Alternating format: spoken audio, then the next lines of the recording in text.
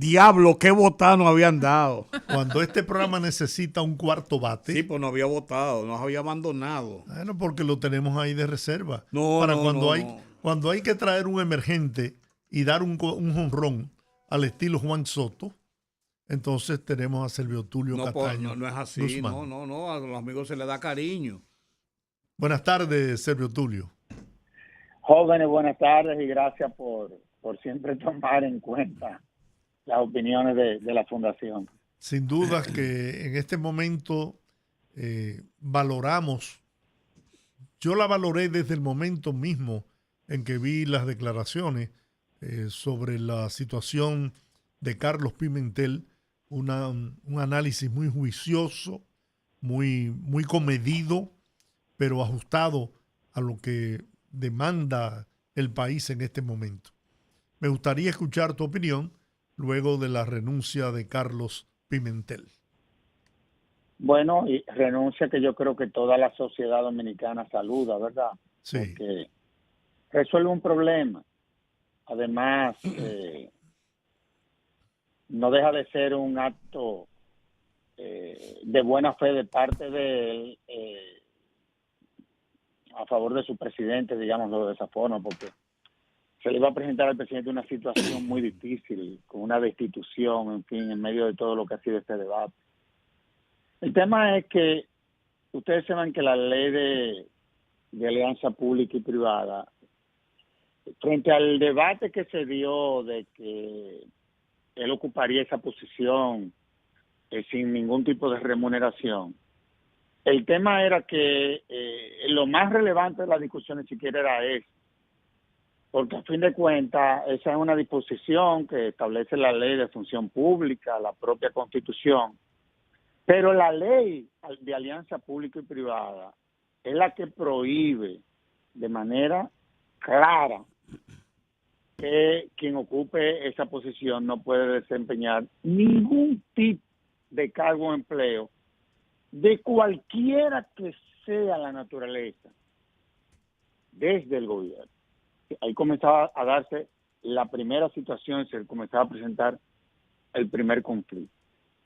Pero también había otro conflicto que todavía era mayor, y es que el director de compras y contrataciones, de ahí es pienso yo que a quien se le ocurrió que fuera Carlos la persona que ocupara esa posición de manera transitoria, a los fines de ver de qué forma se podía, por ejemplo, crear una sinergia entre la Dirección de Alianza Pública y Privada y la Dirección General de Compras y Contrataciones. No vieron que el director de Compras y Contrataciones es miembro con voz y voto del Consejo de la Alianza Pública y Privada.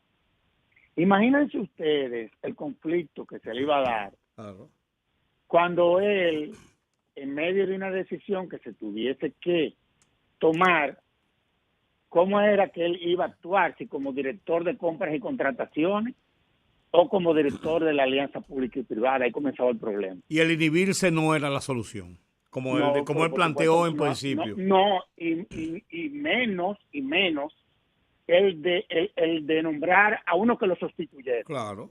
Eso es una utopía, claro. Iba a ser un subalterno. Claro. Vamos a estar claros.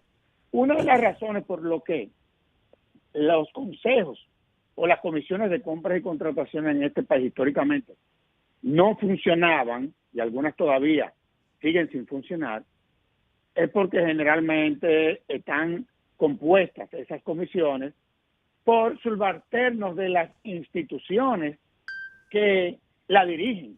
Ese es parte del problema. Claro. Entonces íbamos a caer en una situación similar a lo que ha sido la práctica. Pero también yo recuerdo cuando estábamos debatiendo la reforma constitucional del 2010, que eso lo trabajó muy bien Olivo Rodríguez Huerta, todo lo que tenía que ver con la función pública, y Flavio Darío Espinal. Y yo recuerdo que los principios que quedaron lapidados en la Constitución, sobre los cuales se sustenta la buena administración, es el de la eficiencia y la eficacia. Y estas dos posiciones, tanto la Dirección de Compras y Contrataciones como la Dirección de la Alianza Pública y Privada, requieren de una dedicación que ustedes no se lo pueden imaginar. Basta con que ustedes lean una ley y lean la otra, sobre todo en cuanto a lo que son las atribuciones de quienes dirigen direcciones de esa naturaleza. Es decir, que qué bueno, en esta ocasión se dio lo que todo el mundo esperaba. Y bueno, y ya esta situación se resolvió. Pero quiera Dios que situaciones como esta no se repitan. Ojalá que sirva de experiencia. Porque eso lacera un poco la institucionalidad. Sobre todo cuando hablamos de administración y función pública. Eso la lacera un poco. Y por eso es que ustedes ven que desde que se dio a conocer ese decreto, los abogados que hemos venido trabajando estos temas, evidentemente de que tuvimos que reaccionar. Y las instituciones también. Claro, yo lo hice tarde porque yo estaba en un retiro. Y me he enterado de este lío el sábado en la tarde. Y ya ustedes deberán saber que inmediatamente nosotros vimos lo que estaba sucediendo. Es decir, cuando ya volvimos como de nuevo al mundo. Sí. Entonces nos pusimos a estudiar y ahí fue que nosotros planteamos nuestra posición, que agradezco en este paso de todos los medios de comunicación, le dieron una cobertura que yo mismo no esperaba. En la misma participación ciudadana, que es un lugar de donde surge en los últimos tiempos el propio Carlos Pimentel, fue su director ejecutivo en un momento, hizo esa advertencia también, con una forma muy suave, porque no quería herir a su... Claro, muy delicado. Sí, pero muy firme también, sus conceptos son muy firmes, incluso los dos párrafos finales de su comunicado son muy contundentes, ¿tú me entiendes? Dice que no puede ser bajo ninguna circunstancia. Entonces, yo creo que lo mejor que se tomó, la mejor decisión fue apagar ese fuego rápidamente. Claro, y mira, aquí se están dando situaciones que va a haber que inmediatamente contenerlas. Yo estoy viendo que algunas personas están alegando de que en esta reforma constitucional, habiéndose en la reforma constitucional, habiéndosele agregado a la reforma constitucional una coletillita, digamos así, el artículo 274, me refiero al que tiene que ver con la facultad del presidente para designar vacantes a nivel municipal. Sí, en el caso de La Vega, para ponerlo sí, pero yo veo que hay más gente reciente que está diciendo que esta reforma a la Constitución habilita al presidente a que pueda ser él el que nombre al alcalde. Y es todo lo contrario. No, lo remite a la ley. Vuelvo al principio. ¿Qué es lo que hace la Constitución? Lo que hace la Constitución es que remite a la ley. ¿Pero por qué? A la ley, claro. A la ley que deberá de ser aprobada. Porque oigan, ¿cuál es el problema que se le ha presentado? Yo diría, no solamente al Ejecutivo, sino a La Vega o a la Alcaldía de La Vega. Lo que sucede es que la ley que rige los ayuntamientos es de 2007, es decir, es una ley anterior a la reforma constitucional del 2010, en donde, anterior a la Constitución del 2010, el presidente sí, cuando se presentaban vacantes. O acuérdate el caso de Manolín Jiménez con Balaguer, claro. Para un ejemplo que fue claro. Claro, porque eso viene de la Constitución del 1966, que fue la que le dio esa atribución al presidente. Pero ¿qué sucedió? Que en el 2010 se le quita esa atribución al presidente desde la Constitución. Correcto. Pero sucede que la ley... No, la ley no se enmienda y no se le da la facultad a la ley.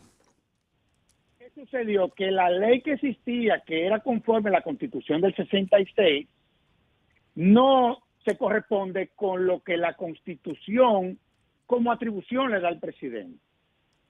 Entonces, yo lo que le quiero decir a los amigos que andan ya sacando argumentos, que esa parte del 274 que se le agregó es para que eso se resuelva en la ley conforme a la Constitución actual. Claro. Porque a fin de cuentas no hay una laguna jurídica y la sigue habiendo porque no tenemos un mecanismo para poder entonces suplir esa vacante. Claro, porque al menos que no sea ni la tiene el presidente ni la ley se la otorga a nadie. Nadie. Sí, hay un vacío. Al menos que no se celebren nuevamente elecciones en esa comunidad. Porque a fin de cuentas, y desde el punto de vista de la lógica jurídica, ¿cómo es posible que una persona que fue fruto del voto popular, que pertenece no al gobierno, sino al Estado, porque el presidente es jefe de gobierno, no es jefe de Estado? Sí.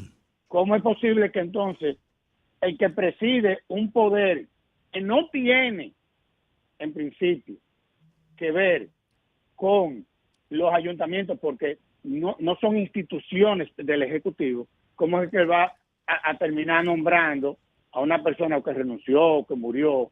Eso es totalmente improcedente. Pero lo peor es lo que plantea el presidente de la Suprema Corte, de la Junta Central Electoral, que dice que las modalidades que le da la facultad a la Junta de celebrar elecciones en alguna comunidad, no está contemplado este caso de que se fuera uno y se fuera el otro.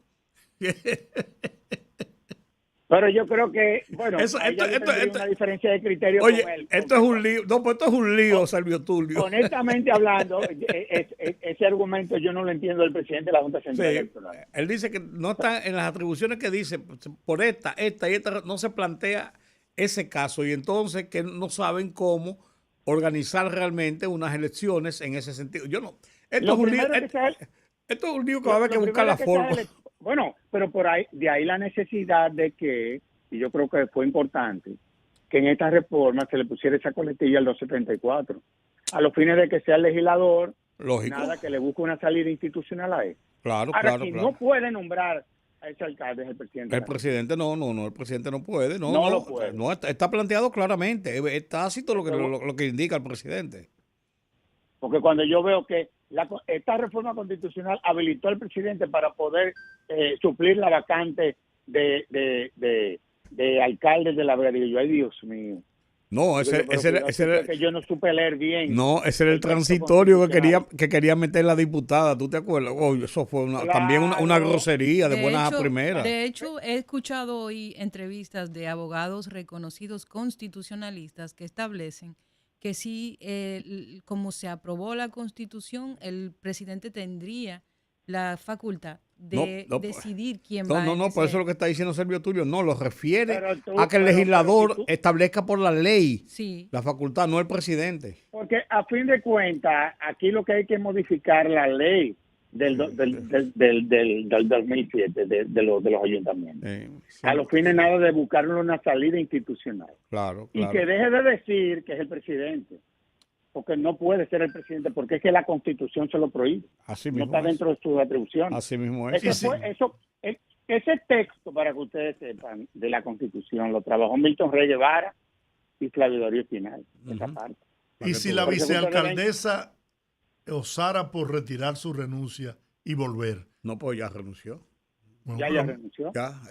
Pues pudiese, la sala capitular pudiese reconsiderar eso, habría que ver. Pues entonces también puede hacerlo el alcalde y volver para atrás y dejar el ministerio. Ay, ñeñe. No, es lo que te digo. Eso va a crear otro debate. Eso va a ser otro lío. Eso, así no es, ¿no? No es así, no. Eso no es así. Ese es un lío. Pues mira, Servio, es bueno que eso se produzca y se puedan buscar las soluciones institucionales, porque esos vacíos hay que llenarlos para evitar que después vengan entuertos y después eso vaya al Tribunal Constitucional y a la que sé yo, que sea peor. No, además yo te voy a decir algo. A los presidentes hay que preservarlos, Claro. A los presidentes hay que preservarlos. Claro. A veces le quieren dar más cosas de lo que... No es que los presidentes hay que preservarlos. Y nosotros hemos tenido muy buenos presidentes y este es un buen presidente. Hay que preservarlo, los presidentes hay que preservarlo. y no ponerlo en situaciones difíciles. ¿Debió el Entonces, presidente hablar en el escenario de la Asamblea Revisora sobre la participación, Que si debió el participar. discurso que pronunció? Ya que no era protocolar que el porque presidente hablara. Bueno, pero el presidente habló ayer en la Asamblea. No, Exacto. eso es lo que está preguntando Georgie, que si tenía que hablar o que si debió hablar ahí. No necesariamente. No era porque eso es un obligatorio, no era acto- mandatorio. No era obligatorio. Sí. Pero eso tampoco lo prohíbe nada. Leonel lo hizo cuando se proclamó el 2010. en el Pronunció 2010, pronunció un discurso. Igual, Yo sí. inclusive transmití en vivo lo que fue la proclamación de esa constitución. Sí, sí. Pero y quedó bien. pero es un acto y estrictamente del Congreso. no, de la y fue un Asamblea. acto sencillo, sin demasiada estridencia y bastante solemne. Fue un acto bien. A mí me gustó el acto, yo lo vi completo. Sí, yo estuve ahí y a mí también, o sea, y los discursos fueron buenos, en fin, o sea, yo pienso, a fin de cuentas, no deja de ser un acto un acto trascendental, una reforma constitucional, Claro, pero aun cuando haya sido tan limitada esta, no deja de ser un acto de trascendencia, o sea, estamos hablando de la norma, no es una ley, es una norma. Yo tengo una inquietud. Y además, perdóname, Olga, señores, el legado que esa reforma le deja a la República Dominicana es que... Bueno, ahí lo del tema de la no reelección, evidentemente de que eso, el 70% o el 80% de todos los dominicanos están de acuerdo con eso. Sí, sin duda. Ahí ya los debates eran otros, de que si era referéndum o no referéndum, en fin. Le abren Aunque las si ustedes puertas, vean, le abren las puertas a un nuevo liderazgo en el país. Es que, bueno, pero es que yo creo que eso es positivo. claro que sí. Por eso digo que es un gran legado. Además, la reelección ha sido probablemente la causa de que en los últimos años los principales partidos hayan vivido procesos de división. Se dio en el Partido Reformista, en el PRD, en el PLD. Entonces es un tema eso. Eso ha venido desarticulando el sistema de partidos en la República Dominicana y ha disminuido muchísimas fuerzas políticas. Ese tema dividió al Partido Reformista en el 70, dividió al PRD en el 2002, volvió y dividió al PRD después del 10, volvió otra vez y dividió al PLD en el 19. Ese es un tema. Y en el 16 también. Ese es un tema. Claro. Bueno, señores, Servio Tulio, darte las gracias es poco. ¿Qué va? Todo bien, gracias a Dios. No nos abandone, amigo, no nos abandone. Claro que no. No. Pero nada, como siempre, un abrazo fuerte a todos. Con cariño, gracias. Grande. Bueno, señores, ahí está Servio Tulio Castaños Guzmán, vicepresidente ejecutivo de Finjus, hablando sobre lo que fuera la proclamación de la nueva constitución, que a mí me sorprende mucho una cosa, que es que yo oigo muchos abogados constitucionalistas hablando con los medios de ayer para acá, de hecho, y mucha gente dice, no, que hay este problema o aquel problema, pero la reforma constitucional era algo que estaba a todo vapor y en algún momento me imagino que muchos de ellos fueron consultados para la misma. Es así, pero también en lo que tú te refieres, yo oí varios comentarios en ese sentido, pero también hay un sentido de razón. Por ejemplo, es una vergüenza que nosotros tengamos un código penal paralizado por un tema. Así es. O sea, paralizado del todo por un tema. Sí, saquen eso de ahí, resuélvanlo por otro lado y denle paso al código, que es de interés general en todo lo que es el aparato judicial y el establecimiento del sistema judicial de República Dominicana. Con la reforma laboral que viene ahora, estamos hablando de lo mismo. Es un solo tema en el que no hay un consenso. Si usted no quiere, sáquelo o manténgalo como tú quieras, que fue lo que hizo el Poder Ejecutivo. No van a poner de acuerdo, yo lo voy a someter y ustedes deciden.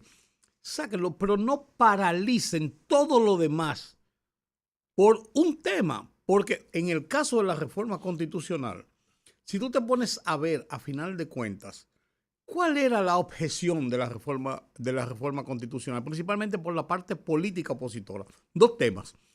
Que van a violar la Constitución porque no debe ser violada, porque esa Constitución a mí no me gusta que me le pongan la mano a mi muchacha de 15 años. Es como una ñoñería. Eso es uno. Y lo otro es que se tenía el temor de que por debajo de la puerta iban a meter un ladrillo, de que cuando estuvieran ahí iban a meter otras cosas que tenían por ahí. No pueden, porque la misma forma de establecer la reforma constitucional no lo permite. La ley que convoca a la reforma no lo permite. No lo permite. Tanto es así que la diputada, por estar de graciosa, la diputada de Santiago trató de meter el tema para resolver el problema de La Vega y le dijeron, hey, doña, le cayó arriba la Cámara entera y después medio país. Y la señora lo que hizo fue que sacó el papelito y a bajada se fue casi de la vergüenza, porque la apabullaron. O sea, porque no había esa posibilidad. O sea, te pones a ver la realidad de los temas que se discutió en la forma de la reforma que se estaba haciendo. La oposición, en un momento determinado, no tenía un argumento de que se oponía a esto o aquello. Era un asunto de ¿por qué reformar la Constitución? ¿Por qué esa Constitución es inviolable? Porque la Constitución no es... Pero nadie dijo, bueno, ¿por qué este artículo donde se va a hacer esto, hay esto y esto? Se discutió el tema del Poder Judicial, del caso del procurador, y los abogados expertos plantearon una cosa, ¿no? ¿Por qué en vez de cada 2 años hacer una evaluación, por qué no se deja por los 4 años? Entonces se incluyó que los 7 adjuntos también que van a nombrar también sean evaluados a los 2 años.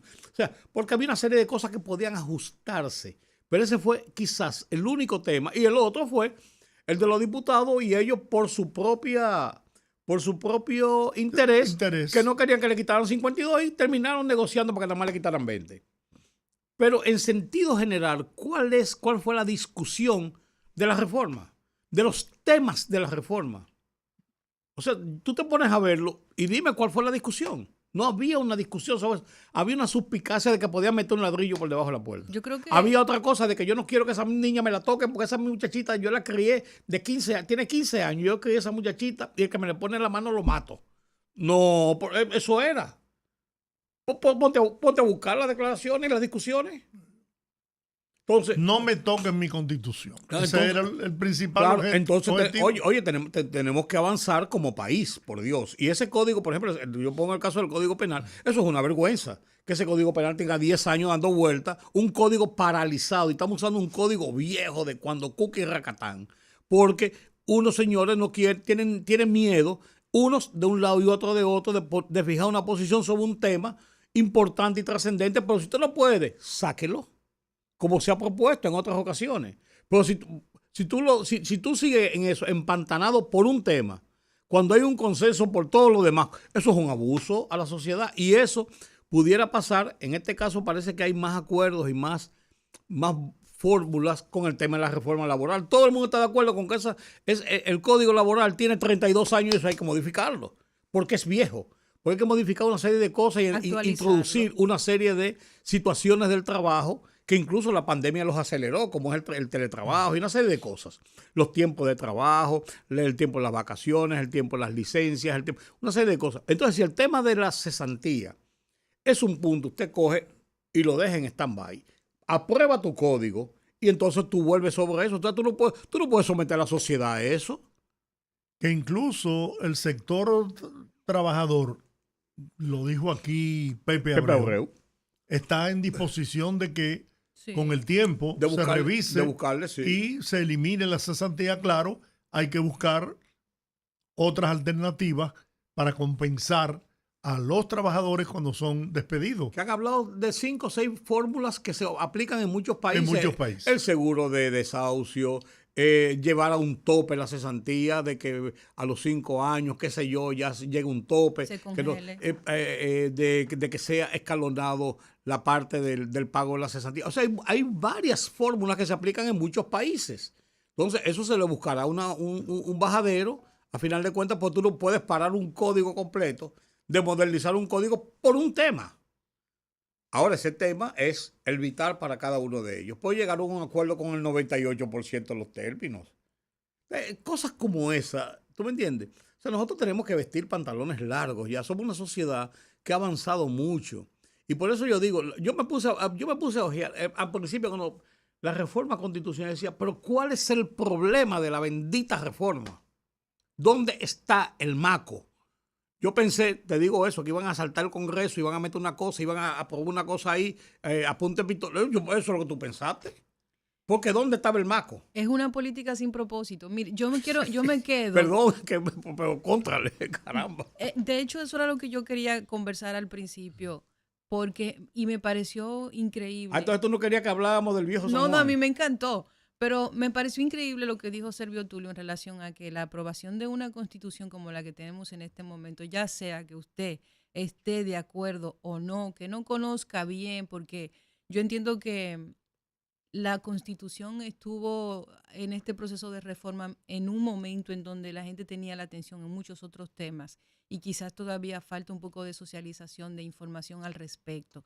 Pero me quiero quedar con una frase que dijo Servio Tulio en relación a que esta decisión de la reforma le va a permitir a nuevas generaciones entrar a la política y quizás podamos ver un relevo generacional que hace mucha falta. Miren, hay una canción que a mí me encanta de el poeta y escritor cubano Silvio Rodríguez, que es La Masa.